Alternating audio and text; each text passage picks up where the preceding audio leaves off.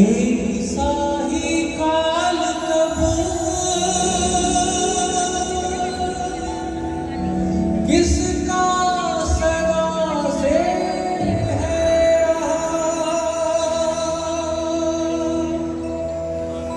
अंततः भारत को दुस्सह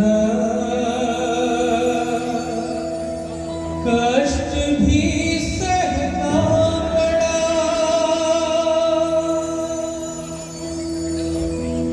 जैसे ही कुछ लोलुप निगाह वैभव देश के आंगणी परतंत्रता की बेड़ियां माँ भारती के पद पड़ी।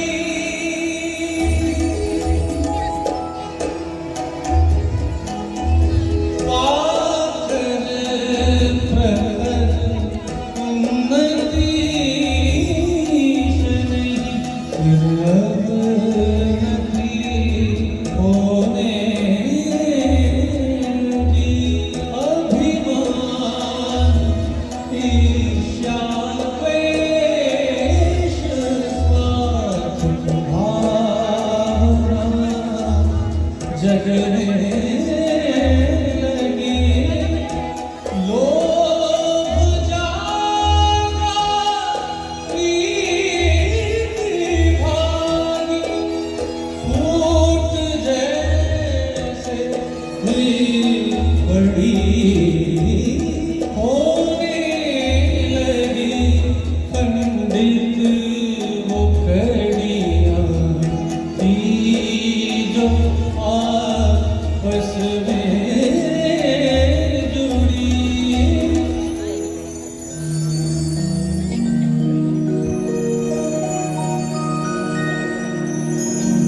संसार था आकृष्ट भारत एक कुल समृद्धि पे सबकी कुदृष्टि थी टिकी इस सार्वभौमिक सिद्धि पे।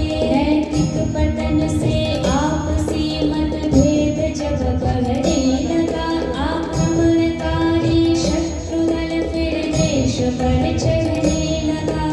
पुर्तगाली फ्रांसीसी डच हूण शक का आक्रमण पर सतत होता रहा था इन आतताई का शमन। पर विफल हो उठी भारती जब मुगल आए देश में। क्रूरता हिंसा से आई विकृति परिवेश में। एक कर न जाने कितनों ने ही लूटा देश को। आघात पहुंचा सभ्यता संस्कृति सकल परिवेश को। प्रतिमाएं खंडित ध्वस्त मंदिर ग्रंथ नष्ट किए गए। गुरुकुल किए फिर नष्ट बल से धर्म परिवर्तन हुए। फिर भी जड़ों से थे जुड़े इस हेतु थे संगठित हम। स्वातंत्र्य हेतु वीरों ने अर्पित किया तन मन वधन। शिवाजी संभाजी राणा प्रताप दुर्गावती बंदवराती गुरु गोविंद सिंह की आहुति। कहीं भक्ति आंदोलन हुआ कहीं शास्त्र सम्मेलन हुआ। ग्रामीण आदिवासी हर एक जगह आंदोलन हुआ। कबीर सूरदास मीरा तुलसी ज्ञानेश्वर हुए। नामदेव तुकाराम और महाप्रभु से संत हुए। इतना कहाँ पर्याप्त था अब भी परीक्षा शेष थी।